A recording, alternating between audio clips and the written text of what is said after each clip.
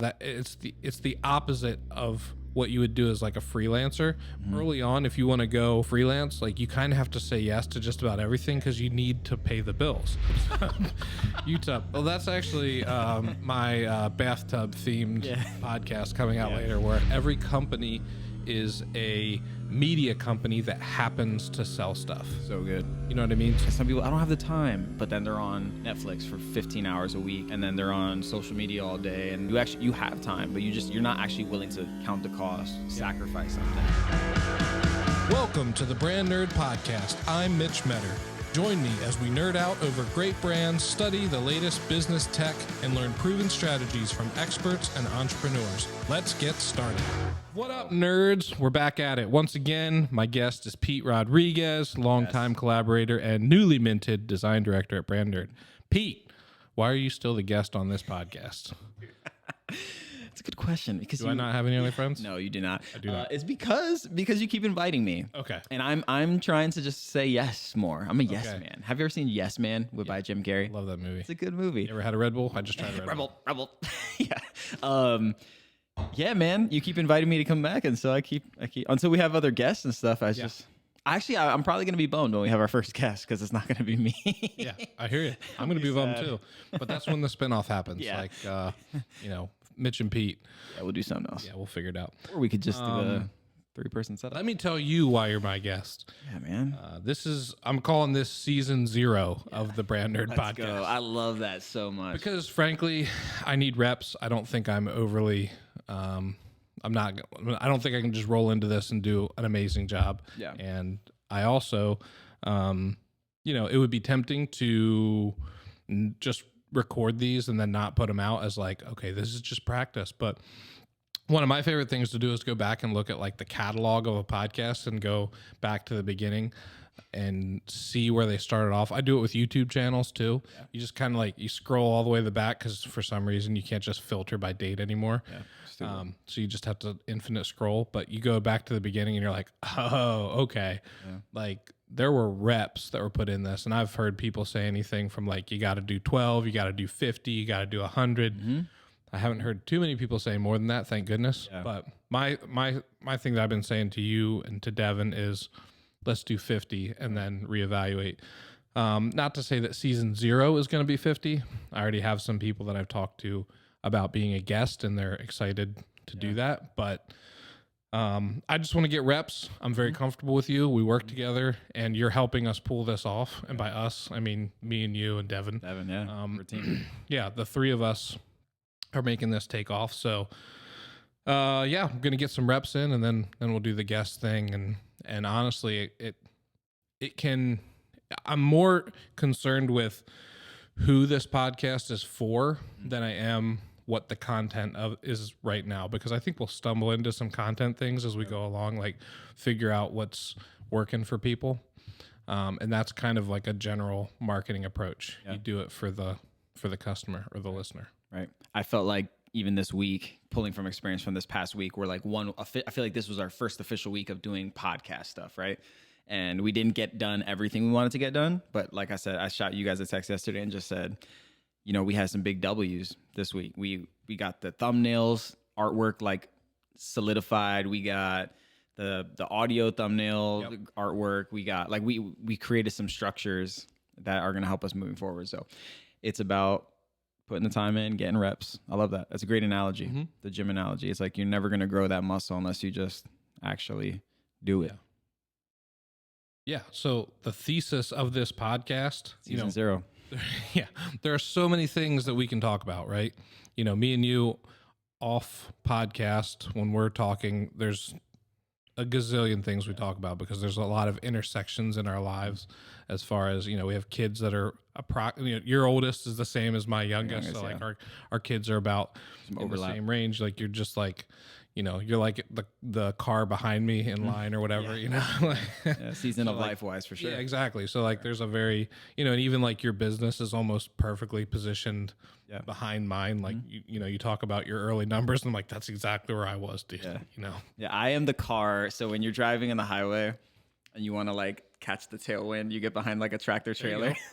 Yeah. So I feel like you're the tractor trailer. Put it in neutral and go. Yeah. I feel like you're the tractor trailer that's taken all the wind, and I'm able to come behind you and just kind of like speed up, you know? Cool. Yeah. Well, I mean, yeah. Well, and that's kind of what this podcast is supposed to be too. It's a shortcut for other people, for the things we've learned. And, you know, I'm not going to sit here and tell you I'm growing multi-million-dollar businesses. I mean, my business has done over $1 million in revenue. Yeah. However, it's spread out over many years. Yeah.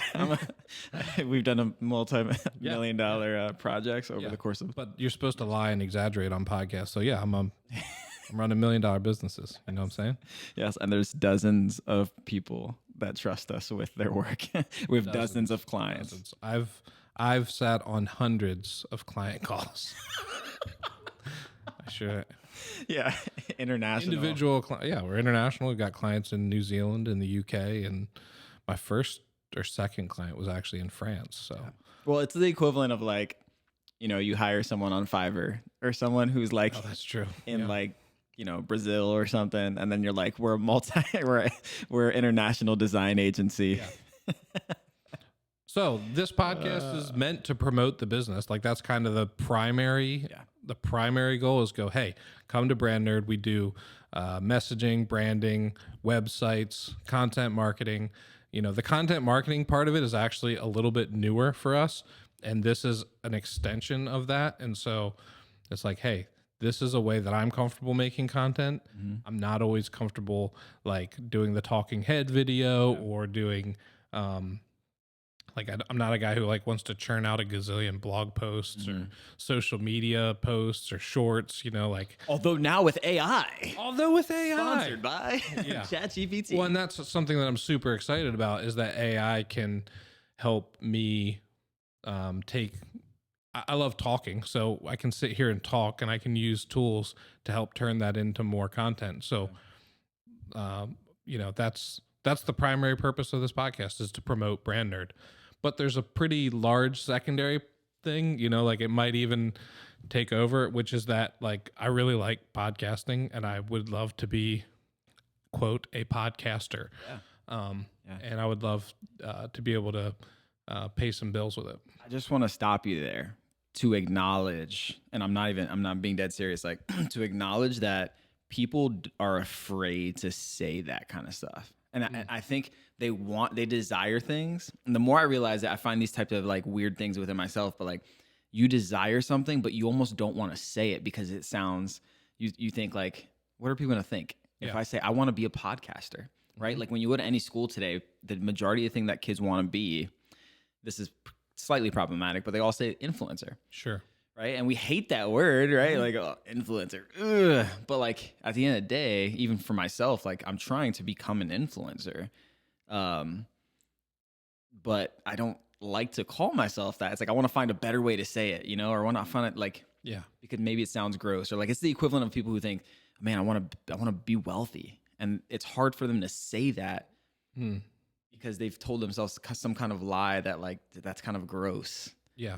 Is that, I don't know. Do you understand what I'm kind of saying? Sense. I mean, when I was in high school, I wanted to be a rock and roll star. You know, I was a musician, still am a musician, but you know, like that was what I wanted to do. I thought there was this attraction to the idea of if I could make a living off of my creation, that would be a ton of fun for me.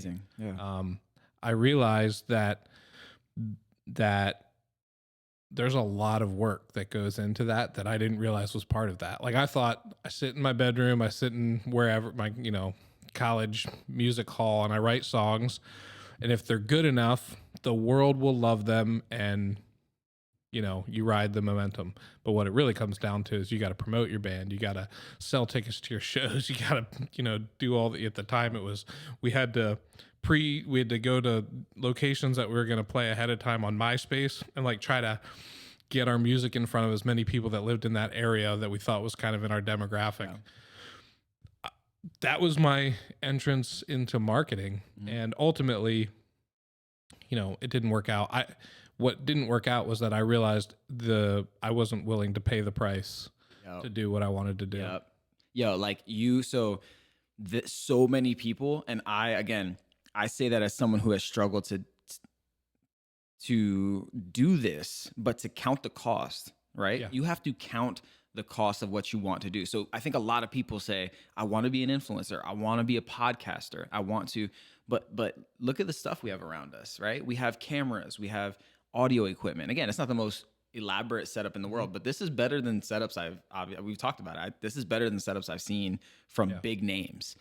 And so you have to count the cost, and be wise and say, like, am I willing to actually do that? Because some people, I don't have the time, but then they're on Netflix for 15 hours a week, and then they're on social media all day, and and you have time, but you're not actually willing to count the cost, sacrifice something.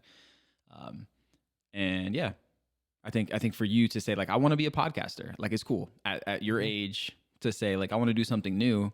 You're still doing what you're doing. Everything's the same, but to say, I want to try this new thing and explore that is really cool. Yeah. Yeah. There's so many reasons why I like it, but we've put together a podcast strategy that we're enacting. So this is Friday, May 5th. We set aside Fridays as podcast day, and we record the podcast, and then we break it down into smaller pieces of content as well for distribution across social media. Should we talk about that for a sec? We absolutely should talk about that. So essentially the model is, it really stems from Think Media. I'm sure people have done it long before that, but I feel like Think Media has gone to a lot of big YouTubers and said, hey, this is a really effective means of doing this, right? So the strategy, it's big form content, long form content. You have your big meat and potatoes thing, an hour long, and then you're taking that hour long video and you're cropping it down into 5 to 10 minute segments, 15-minute segments, whatever it is. And you're, you're essentially zooming in on different topics. Yeah. So then you post your one video, right? Let's say you post on Monday, your full podcast. And then on Tuesday, Wednesday, and Thursday, you post clips to YouTube from the same podcast. I know you know this when I'm speaking to the audience. And what that allows you to do is get reps on YouTube. YouTube is like, oh, this person is posting regularly. I like it. I'm going to push this stuff to more people.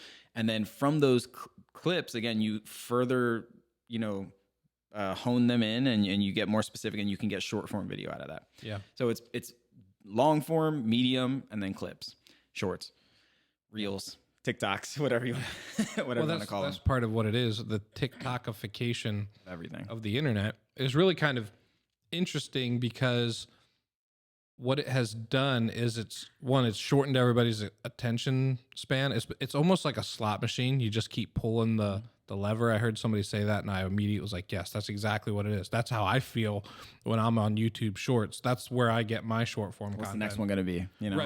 Right. Well, and it's almost like, well, this one didn't work for me, but if I swipe, you never know. Like the next one might be something really valuable. So we're trying, we're going, hey, let's take it, let's go where the attention is. Right. Those shorts are where the attention is. So let's break our big content down and make sure that we can do that. And it allows us to do 1 hour of content and take 1 hour and multiply that across the whole week. Yeah.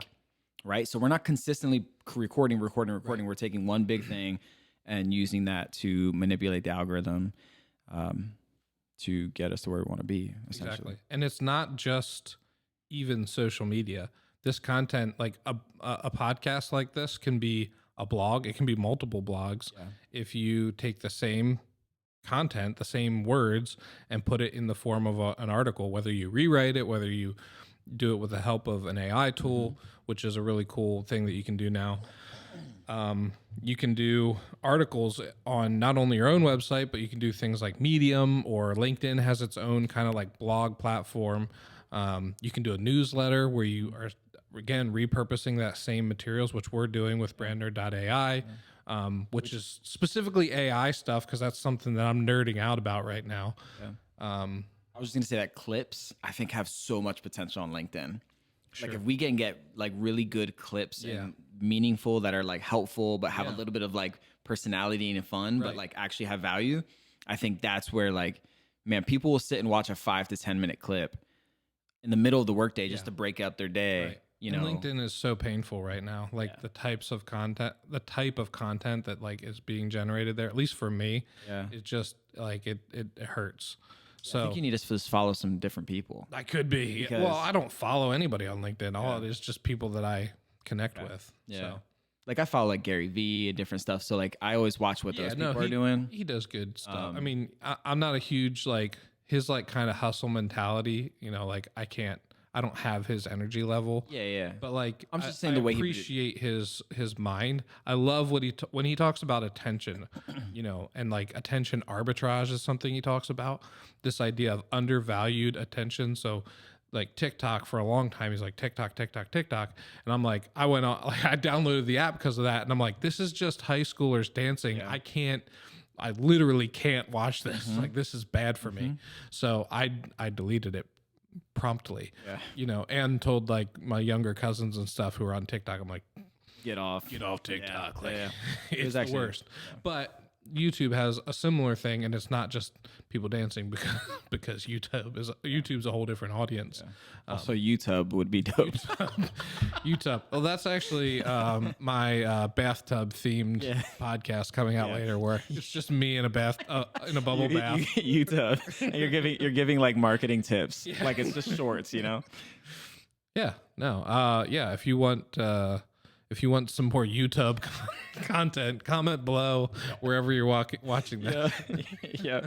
You just give like reviews on like products like soaps and shower gels. I tell you what, if somebody comments YouTube on, we're not gonna clip YouTube. Yeah. Or we're not gonna clip this part of it anyways. If you comment YouTube on the YouTube channel, I will straight up send you some brand nerd merch. Yeah. Yeah, YouTube. We got some T-shirts. We got some other cool stickers. 1,000 people just comment that. They're like, "Yeah, won't worry." Well, if you made it this far in the podcast and you're hearing this, comment YouTube. Well, there are dozens of people watching this. We have to remember a nationally syndicated podcast. Right. Yeah. By Pete and So you know. How do you grow a podcast? I don't completely know, but what I know you don't do is you don't just post podcasts and hope people find it. Yep. You can't do that. There might have been a time when you can do that. I don't know, but I know that is not now because there's a lot of podcasts out there. And so, you know, obviously the obvious ones are guesting on other podcasts. I did a quick search of, you know, ideas to grow your podcast, and somebody actually had a great point. Like a lot of podcasts have advertisers. You can advertise on other podcasts because people are currently listening to a podcast. If you advertise for your podcast on a podcast, they're already where they need to be to go get your podcast. Like they can stop, find your podcast, subscribe, or listen to an episode or whatever, and then you are So I thought that was really good. So and like I don't know what podcast ads cost, but I'm definitely talking to. I'm gonna figure that out because that's an interesting theory. Once we're past season 0, right, not ready to blow this up just yet. Gotta get those reps in. Gotta get the reps in, man. I think I think it'll be really good for people watching and listening to journey with us as we figure out how to be consistent, how to streamline the process. We're literally having a conversation after this about how do we do what we just did over the past week faster, better, right? And so that's part of that journey is we want to bring you guys along because we are at ground level and want to grow with you. So grow with us. This is the equivalent of getting in with a company when there's only 2 to 3 people. You guys are getting in with this company, and absolutely. When we blow up, you're gonna blow up with us. Right. You're gonna be here from the beginning. You'll get the VIP passes to the Brand Nerd Podcast Cruise. We'll do some pop-ups. We'll do some live podcasts someday. Pop-ups? I was just thinking we're going straight to cruise. Mitch went straight to a cruise line with a select group of viewers. Yeah, it's going to be in New Zealand because I've been meaning to go to Hobbiton for a long time. I was thinking we could go to like a local coffee shop, just meet with people, and Mitch just like, I'm a dreamer, baby. Yeah, straight to cruise line. Okay, sick. I'm there. I'm with you. And straight to like the most expensive cruise, New Zealand, which I know because. How about we start with I've been Carnival? Trying to figure out how to get to New Zealand. Let's start with a Carnival cruise to like from Baltimore to Florida or something. Okay. All right, that's probably realistic. Fair enough. They do cruises out of Baltimore? I do. No idea. Oh, okay. Baltimore, man. All right. You do not need to go to Florida to leave for a cruise. We've done from Maryland because there's ports. You go on a cruise, you come back 5 days later. I gotta try it some point. I'm just nervous. It is amazing. Cruises. Have you ever been on a cruise? No. Dude, they're great. Really? At nighttime, you just feel, if you just stay perfectly still, you can feel a little bit of emotion. Yeah. I'm not that's worried about that. Like, That's it. I don't like the idea of being trapped with people that I don't like. Which, not obviously, I would only go family? on. No. The people I'd be traveling with, I'm sure I would like. Okay. But like, I don't know. Like, what if, like, I don't know, like the mentality of the cruise isn't on what I'm expecting or something. Nah, you'll love it. You'll love a cruise. Also, I've spent some time in like the Caribbean and stuff, and the worst times on the islands are when the cruise ships are in. Yeah. And like the rest of the time you're in paradise, and then the cruise ships come in and you're like, these people are like ants. Animals. Like just all over the beaches, all over the restaurants. You're like, I guess we're eating at the room tonight because I don't want to deal with this. But hey, Don't do a carnival cruise. don't let my negativity bring down your. I got to do it. There's a lot of people that I love and respect that like. Maybe we can do a brand nerd retreat on a cruise. on a cruise. Yeah, like a 3-day cruise, just the team. 3-hour tour. Just a 3-hour cruise. All right, let's keep going. 'Cause Right. we're dreaming over here about vacation. Let us know your favorite vacation spot down below. What do you guys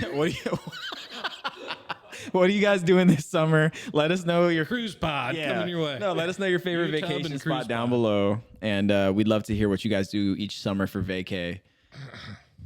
It's always a good way to caveat, like just invite the viewer in, you know. Oh my word, man. So I want to talk to you about something that's a little bit more about paying the bills. Good. We need to. we need to do that. Listen, I mean, it's fun to just sit here and nerd out about podcasts because it's new and it's fun, and you know we love doing it.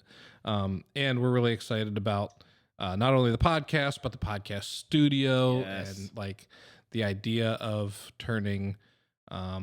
Learning a new skill and then being able to share it with others and make it into a profitable business. But can you do a 10-second catch people up on podcast studio? Like, we want to start a podcast. Yeah. And then you essentially, that's a good point.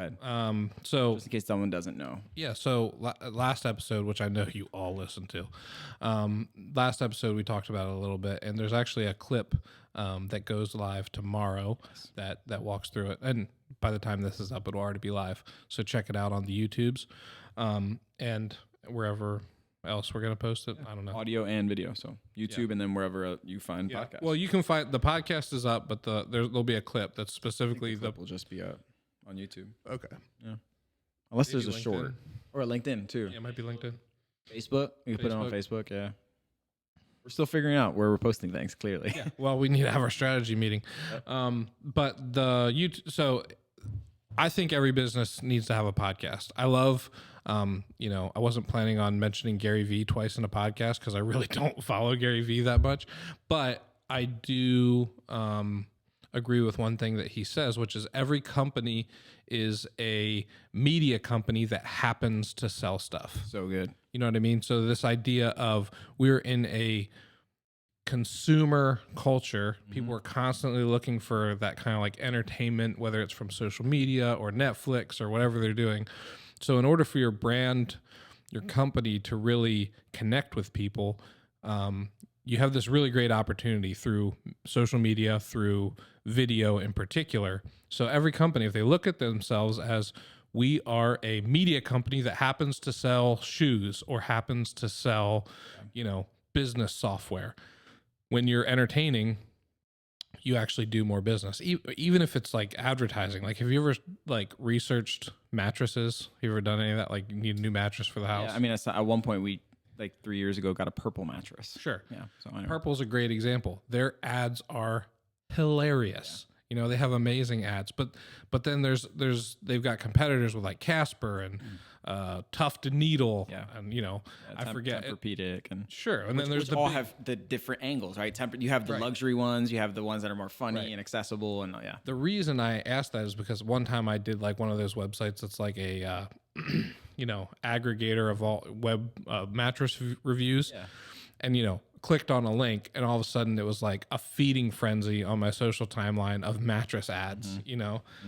Every single thing I clicked on was a mattress ad. It might have been the thing that convinced me to get YouTube Premium, frankly. But it was, at least early on, entertaining from a marketing standpoint to be like, oh, here's all these different creative ways that people are connecting. And the people that did the purple mattress ads have turned that into an agency, actually. Like, they were like, here's how you do these super creative ads. Yeah. It's similar to like Dr. Squatch and Exactly. where it's just like, hi, I'm a man. Do you want to smell like a man and not a girl? Right, Use exactly. Dr. Squatch, you know? Right. Old Spice does the same thing. Yeah, Duluth Trading Company has an amazing ad set that they run during football games. They're just like these cartoon lumberjacks talking about underwear, you know, and like a bunch of like innuendo, you know, like it's fantastic. I love it. But we believe that this is what's best for Brand Nerd, is to actually create content and put it out there. And so we're like, okay, you know, the way I do these things is typically a little over the top. I'm like, well, I got to get like the right podcast equipment. You know, like you read these things like just hit record on your phone. I'm like, not going to happen. Like that's not the way I like to do it. And you're in a position. And I'm in a position where I can do something. Like, you know, I definitely don't have unlimited spend, but investing a few $1,000s in some nice equipment was not that big of a problem for me. But my immediate thought was, this shouldn't just be for my business. I work with dozens of businesses. We work with dozens of businesses that also should have podcasts. Some of them are local here and could actually come to a studio. And there's other businesses that aren't currently clients that should be having a podcast. And we can do that for them. And we can also help them with other things like websites and messaging and branding. And we can help them. We can also help our current clients become podcasters. So it's kind of like two businesses that are intertwined with each other. And Can you imagine just like a lawn specialist company that has immaculate service? They have a fleet of vehicles that are wrapped well, really identifiable. They do great work. And then on top of that, when you go, you see their truck outside somewhere and you look them up on Instagram or whatever, because that's where people are searching. First of all, they're searching on Google and stuff, but people want to know the personality behind your brand, the character of your brand and your company. So they end up finding out you have a podcast about how to treat grass, how to treat your like landscaping ideas. And they bring on different designers and different, like there's so much potential to take something that seems obscure or like mundane is the right word actually, and make an entire content stream out of it. Exactly. It's just, it's wild. And I think people just don't think that way. I actually reached out recently to a painter, and he's a solopreneur. He does painting. And I said, hey man, like I would love to, I was trying to see if he would exchange work for a job. Nice. But because he's a solopreneur, you can do that, right? Like just say, hey, if you help me paint my porch, I can do some content, video work for you, whatever. And he was like, dude, I'm slammed. That sounds like that would be awesome, but I actually just don't even need to put anything out. And I was like, okay, understandable. You're busy. But if that person were to be able to get to a point where they had the capacity to say, what if I was able to do a podcast about paint colors, whatever, interior, and then you can become an expert in something you were never an expert in before, right? Just by inviting other voices into your platform. So one of the things that is not my strength is sales. And so like when I hear a client say something like that, say, hey, I'm just so busy. I can't, like, why would I market when I'm this busy?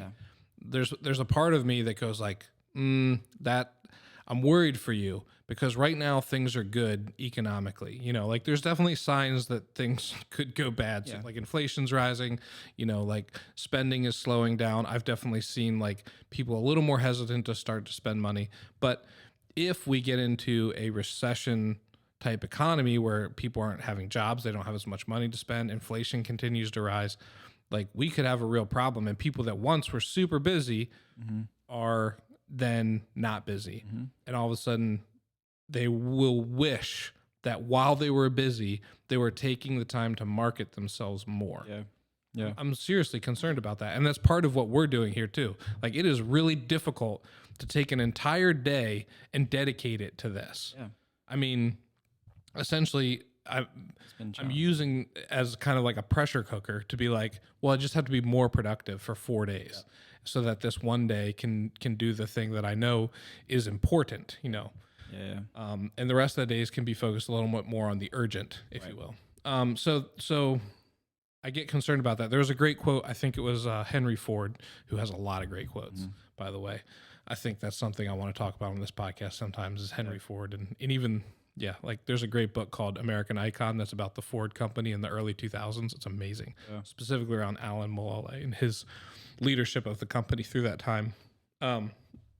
Excuse me. The thing that I am concerned about is if you. Oh, sorry. Let's get to the Henry Ford quote. Henry Ford said, "Stopping advertising for a business or to save." I need to figure about this. Somebody put the sound effect. Dun, dun, dun, dun. In other words, it's the same. Not advertising because you're too busy is the same thing as trying to save time by stopping your watch. Like it doesn't actually. I'm paraphrasing, but like it doesn't actually stop time. Right. You know, time continues on. And so if you stop advertising for your business, you're actually, the world's going to keep continuing on. And at one point you're going to be, you're going to wish that you had advertised a little bit more. So when I hear people say that, that's what comes to mind. Well, we just saw in 2020, how people with businesses that had content, when people were locked down, content shot up like crazy. Absolutely. So that's what birthed all these content creators. Like, I mean, I can go back to 5 YouTubers right now that said, we were doing good on YouTube. Yeah. But what put us over the edge, I just smacked the mic with my finger, so it's probably like a pop of audio, sorry. But what put us over the edge was 2020. Yeah. Because people just lived on YouTube. They lived listening to content all the time because they were home. And so if you can invest into doing content, like you said, like that Gary Vee model of, hey, we're a content creation company essentially that happens to do X, well, that's going to be beneficial in some season or in every season, but there may come a point, even like it was in 2020, where it's like, that's the thing that keeps you relevant or, you know, afloat essentially. So yeah. Yeah. And that's exactly why this podcast is so important. I have to remind myself of that as we're doing it, is because yes, it's helping my business now, but also when things do slow down, and I believe that they will in the next, you know, months or years, even for my company, I know that I can hold on to this, not only as, hey, we've done all we can do to promote this and grow a following of people who want to come to us for us, not just, you know, they're not just typing into the internet, web design or something like that and landing on us and going, you know, getting a bunch of quotes and eventually choosing us. Instead, they just go, we need a website. I've been watching this podcast or I've been seeing this content. Like, we should go talk to those guys right away. Like, that's a much more valuable client because there's a lot less education that I have to do. Yeah. Additionally, when things do slow down, you have that loyal fan base, but then you also have potentially another income stream, you know, through the podcast. If this grows into a point where, you know, we can monetize it in some ways, then it's another income stream as well. So that's the things that get me excited. There's a kind of law or rule that I've heard multiple people say it at times, but you only need 1,000 loyal followers, right? I think it's 1,000 is the number. Yeah. You only need 1,000. And people think, man, and I've seen this even on social media for my account. I have 4,700 on Instagram followers, right? And man, I'm like, yeah, praise God, that's awesome. I appreciate those followers. Sure. But I've seen people with less followers, more engagement, right? Because they have a very loyal and people that are, hey, you can do anything, and I'm gonna go cop the merch. I'm gonna go support you. I'm gonna whatever. And if we can build, we don't need tens of thousands of followers on any platform. We need 1,000 loyal brand nerd followers that say, yo, I really rock with Mitch. I really rock with the podcast. I love what they're doing. I love the. Right. And if we can find those people, it's like we can thrive. To use your landscaping example from earlier, if a landscaper has 1,000 loyal people who listen to them, and let's say half of them don't have the money to hire a landscaper, you know what I mean? Or their yard's so small it doesn't even make sense, or whatever. But they're still loyal in telling other people about them when the opportunity comes up. But then the other half, or even 10%, 100 people that are in your target customer group, like, you know, for a small landscaping business, that's a gold mine. You know, or if you start selling funny merch, right? Like, I don't know. Absolutely. There's a million ways to do that. Like, you could put a cactus on a t-shirt and say, "Don't be a prick." you know, and you do landscaping, and all of a sudden now you're selling funny merch, and you're a landscaper, and those are the best. I've seen people do that where they have a very normal business, and they're able to make it something awesome. An example of what we're talking about really quick that I want to share is there's a Ravens YouTube channel that I listen to, and he has about 50,000 subscribers. Yeah. So in the grand scheme of Baltimore Ravens content, he's not big. Tiny. He's tiny. A couple months ago, he was demonetized because of a short that he had put out, and he didn't add in enough commentary to justify using like a clip from something else. So YouTube demonetized him, and he had to wait an entire month to like reapply.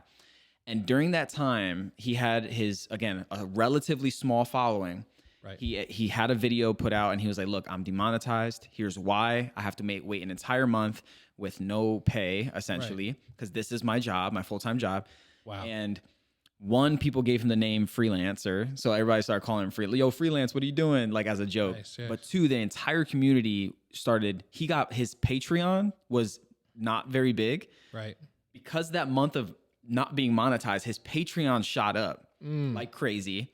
People were cash apping him $20 here, $10 there. And he did another follow-up video just in tears because he was like, you guys carried me through a really hard month. Right. And I was able to do everything that I was normally do because of these small amounts of people that were and they weren't giving. He said nobody gave a big chunk of money. It was these $20, $15. And I was like, man, that's the power of that 1,000. Absolutely. Right. Yeah. So that's just stoked. That is the example of a tight knit. Yeah. You know, we'll do whatever we want to do. We really like you. Keep doing what you're doing. Yeah. That's amazing. And man, that gets like that. That's the kind of thing where you think about, like, you see like somebody with 50,000 subscribers on YouTube or something. You don't think that maybe that's not enough to really do anything with. And you're like, man, that's pretty cool, but you can't make that a full-time job. Well, he has. He has. Yeah. He jumped ship in faith doing it. And then got hit with a month of no pay. Right. So if you were to say, hey, you're getting nothing next month, that's kind of scary. It's not that you won't survive. It's just like, that's a whole month of no money. Absolutely. And that's a scary place to be in. And that's where those metaphorical 1,000 followers stepped up and said, hey, we're willing to fill in the gap for you because we really love what you do. And so this is not just for us. we're not talking about this just for us, but as anybody listening to this or watching this wants to build a platform, you just need to focus on who are my people? Who am I speaking to? I'm going through this right now. We've talked about my content and how it's shifted. Yeah. And it always is shifting, really, but like I'm on a journey of trying to find who am I really speaking to, right? And you're gonna make mistakes along the way. You're gonna try things, and I'm not really speaking to that people. I realize that now. And then why you need to start. This is all theory because we don't know for sure. You know, like, I mean, you have a small, I hope you don't mind that, small following. Goodness, small. As far as social media goes, like, I've got family and friends essentially that follow me. And because there's no reason to follow me. Like, I've not put out anything. There will be though. There will be. Yes.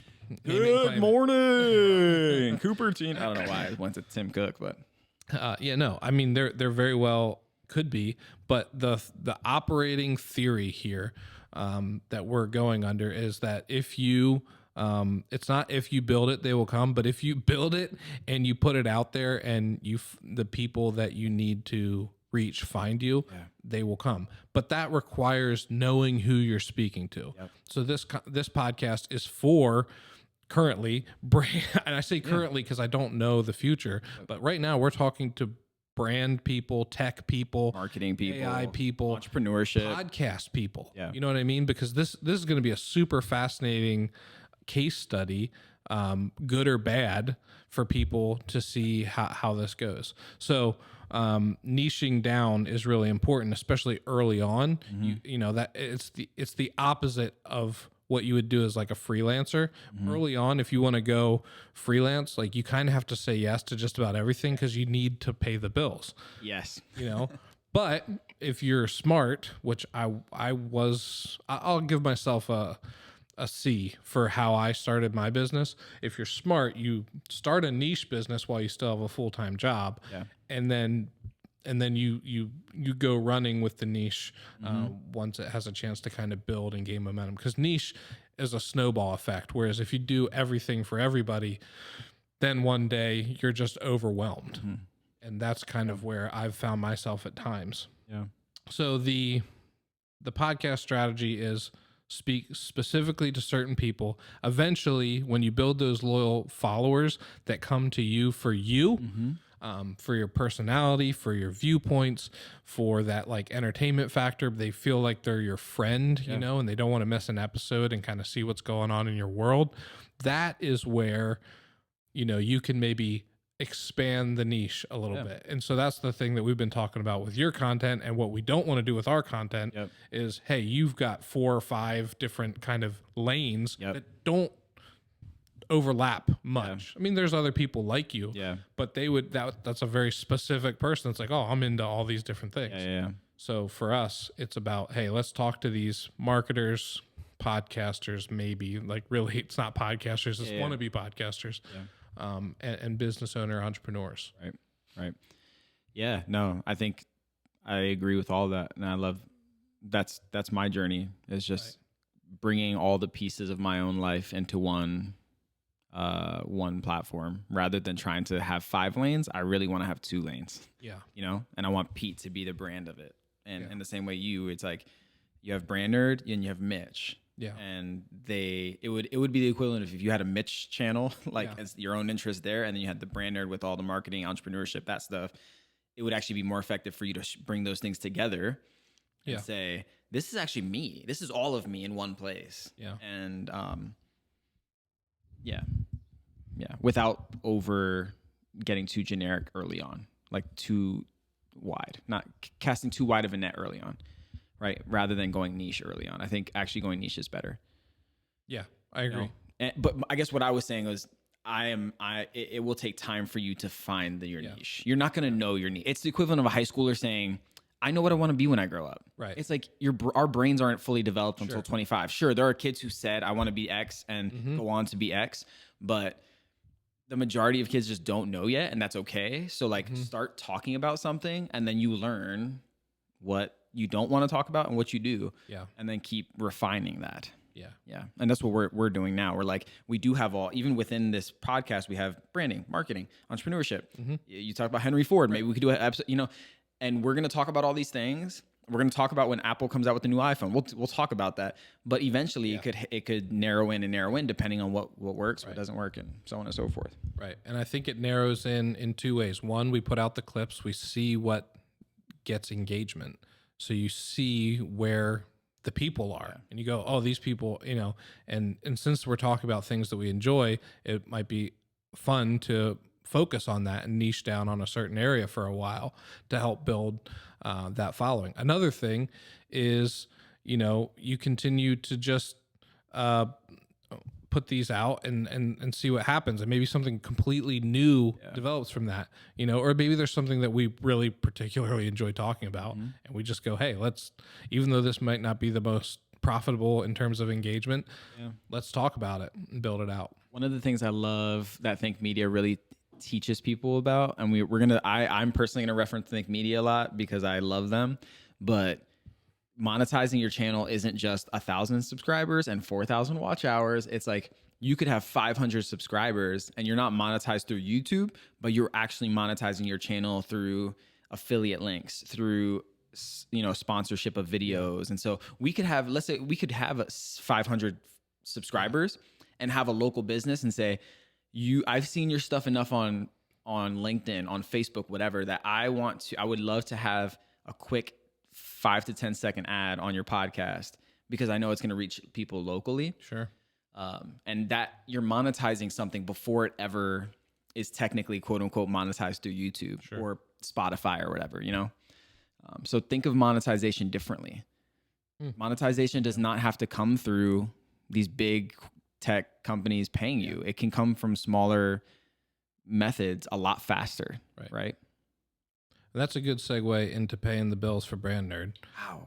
Because the way this podcast is currently monetized is by people listening to us and saying, you know what, I think those guys might know how to build me a beautiful website. They might be able to create a beautiful logo or Super powered website. super powered website. That's go. correct. So I thought it would be interesting to just talk through our process a little bit.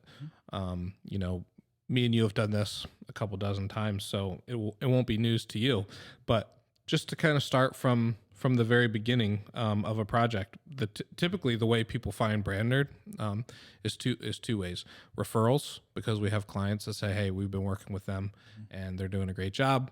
Go talk to Mitch, go talk to Brand Nerd."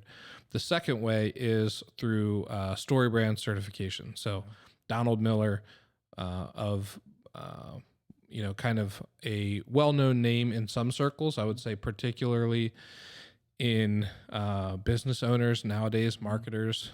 He's well known for his book, Building a Story Brand. Yeah, even in Christian communities and Christian circles too. Exactly. So that was the other circle is that Christian. Faith, all that kind of So when I was in college, he put out a book called Blue Like Jazz that was huge.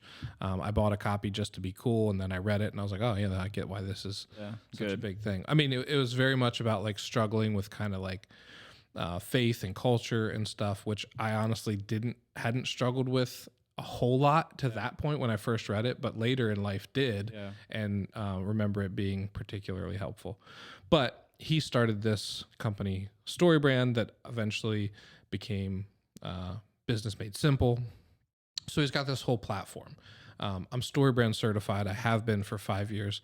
In the first episode we ever released, I talked to Randy Peterson, who's also a Story Brand guide, and we really unpack it. So I won't unpack it too much, but that's one of the ways people find me, and I love those customers because they already come in believing in a system that I believe in, and so we're already speaking a similar language. You know, obviously I'm the expert, but they've already started to kind of piece it together, and usually they really just need me to come in and simplify it and find the themes of their story that really make sense. And that's what the process is for any project. We call it the strategy phase. You know, I like 3 steps. It's a Story Brand thing, so we break it down into 3 phases: strategy, phase 1; design is phase 2; and then development / execution is phase 3. And then of course we kind of tack on like a phase 4, which is ongoing. You know, because marketing is never done. Or updates, all that kind of stuff fall under that. So you sat on numerous strategy sessions with me. You know, we call it a strategy workshop, where we start going over all of their business initiatives, the history of the business. We really want to get a good understanding of who they think their target customer is. We go, hey, who is your best customer?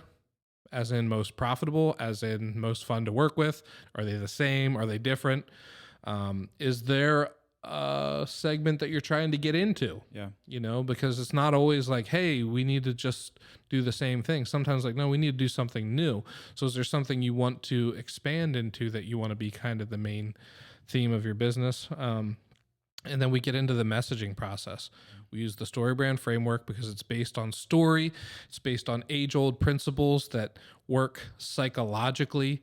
It's why, you know, Coca-Cola, you know, their commercials don't hardly say anything about the beverage. It's all about the experience, the fun you'll have with friends, the refreshing beverage with a polar bear drinking it. You know, I mean, like they've got these neat stories that they tell. You know, you see it in a lot of companies, you know, beverage, adult beverage, you know, there's party brands, there's America brands, there's all these different brands. And there's about storytelling. So that's that whole first strategy. And then there's some like more nerdy stuff that we get into, like information architecture and site mapping and all that stuff. So in short, under strategy, design, and development are a list of other things that we're doing. Those are just the big it's a big workshop, and then we take that, we run with it as, you know, creatives, as idea people. We come back to the business owner and say, here's what we're thinking. Does this make sense? Here's the goals you gave us, and here's how we think we can achieve those goals with you based on our experience and research. And once we reach a consensus on the game plan, then we move into design. And design is kind of, again, another kind of catch-all term because there's a lot that goes on there. Usually for me, it starts with wireframing. We take that message and we put it into a wireframe. typically it's multiple pages, but we start with the home page because that is the gateway of your website to everything else. Yeah. And we want to lay out that story on one page in a way that is super compelling for people. And then, there's other pages that we need to wireframe, but let's skip straight to the part where I hand you a wireframe. And best, I'll tell you what, any web designer, Mitch gives the best wireframes that you could ever ask for. They are just amazing. I almost said delicious, but that's a weird way to describe it's a strategic document for me. Right. And the reason why I say that is because I've received wireframes from people that are just half baked. Sure. And when I get a wireframe from you, I know it's 90% there. And I feel really confident. There's nothing worse than doing a lot of work and putting work into something that you're unsure if it's really going to land there. And with you, you take the time to do all that upfront work, do the strategy. So when you hand me the wireframe, typically you have majority of the copy already in there. Yeah. And you have just like some outlines, some basic shapes. Here's what I'm thinking as far as layout. And then I have the opportunity to take that, the build of a house, right? You're giving me the skeleton, right? A bunch of 2x4s everywhere connected. But then I get to say, what is this going to ultimately look like? What type of textures, what type of colors, what type of so on and so forth. And then I'm able to bring all that. Right. So my tool of choice has historically been Adobe XD for working for web stuff. That's what we've done. I will eventually be working in Figma, right? That's the goal. And then you do a lot of mostly development in Webflow. Yeah. So Figma's amazing. I know a lot of people who they've dropped Photoshop and Illustrator and solely do stuff in Figma. Sure. So I'm excited about diving into Figma a lot more, and we can talk about that as we. It's part of the Adobe family now. They got bought by Adobe, so like it'll start to integrate with everything. We love Webflow because of its simplicity, and also because I'm not a trained web developer. I'm a marketer who learned how to develop websites. Originally on WordPress, which is the most common web platform. It's open source. It's got its pros and cons. I love WordPress in theory. Building WordPress is tough. We love Webflow because of its SEO capabilities, site speed, all of that. But Figma can translate into Webflow, which is why we're rethinking our processes regarding that. But we've had really good success with XD too. Yeah. No, that's the design. I mean, I don't want to beat a dead horse. It's like I get to look at the strategy and consistently say, how do I design this in a way that points back to that strategy? Yeah. I want to point back to that strategy. I want them to see the design and say, based off of what Mitch said in our strategy workshop, this design makes sense. Exactly. It might not be what I was expecting. Right. But it does make sense. And one of the awesome things about starting with messaging and storytelling is then when you're designing, you get to take that story and that message and you go, what does this look like? What does it look like? I'm the illustrator to a storybook. Right. And when we get to do a logo, like we're basing it off of, we already know so much about this company. There's so much we can pack into this visual representation of this company. Whether, even if it's in the most simplest form, like the reason we rounded off this letter is because, it's because we want it to be more accessible because that's one of the key words for your brand or something, just things like that. Matters. And then we get into development, and development's a very nerdy part of things. This is why people hire people like us, because they're like, this is where I just don't know what to do. And there's a lot of great tools out there that'll help you. There's the Squarespace and Wix, and all the time people are coming to me going, hey, I need a small website for my XYZ. Can Brandon help me with that? And I'm like, honestly, I can't compete with $25 a month if you want to go sign up for Squarespace. It might be less than that, frankly, and they'll give you a theme. You just plug it in. I was like, if you want me to help you with the content, we can definitely help. Right. But for the price point you're talking about, don't hire me. You're going to get way more valuable and way more value out of going over there. So this is where we actually build out the entire website in a beta mode, which is essentially taking your designs, my content, and putting it into a website. And because we have the content already there, some companies do it where the development happens before the content, which I think is backwards, but that's the way they do it. The beta development is very much like, okay, yeah, I approve. This is how the website should function. Ours, it's almost done. Yeah. The only thing left to do is really like fill out the content. Like we're not going to load all of your old blog posts if you're migrating a website. We're not, and then yeah, we get into that, and then obviously launch and live testing. We have a rigorous testing process. And then a 30-day bug fix, because as much as you test, there's always going to be little things that pop up, and we include that built into our packages so that you don't have to worry. You got a full month of sending us emails of little things you want to change, and you don't have to worry about that. And then we get to the end of the project, and some of the things that we can help you with moving forward is that content creation. We help with search engine optimization. If there's certain keywords you want to go after, that's how we build our content campaigns around keywords. Because like, you want to be an expert in this field, let's create content. Let's do that. And that's a really exciting part of it. That's where it starts to open up and feels like, all right, now what do we do with this thing, right? Like, it's like when you get into like a really fast car, you're like, all right, the cars, we help you get the car. Now you're in the driver's seat. Where do you want to go? Right. Exactly. That's that part of the process. Right. In my mind, I literally physically feel that when we were done with a website, and then they're like, now we're just saying, all right, now we can just help you write blogs, create content. That's a really exciting part to be. And to bring it all home to podcasting, I can't think of a better way to do content than what we're doing right here, which is talking about it, taking the thoughts out of your head and putting them into video, into audio. And then if you want to filter those down, if you want to, edit down, you can and should, to get like more concise pieces of content, and you can really blow it up. If you have kind of a keyword you're going after, you can come at it 100 different ways with different pieces of content. But that's how you build an authority on a topic. And I think podcasting is a great way to do it because of the strategy we laid out, which is like, let's get behind mics, talk about the things that we want to talk about, that we think is important for people to understand. And then that can be the catalyst, that can be the foundation, is probably a better word, foundation for all this other stuff. And then we can start to build topical authority. Yeah. Sweet, man. Well, where can people find us? thebrandnerd.com. Yeah. Don't go to brandnerd.com because they won't respond to my offers to buy it. It's been years. thebrandnerd.com.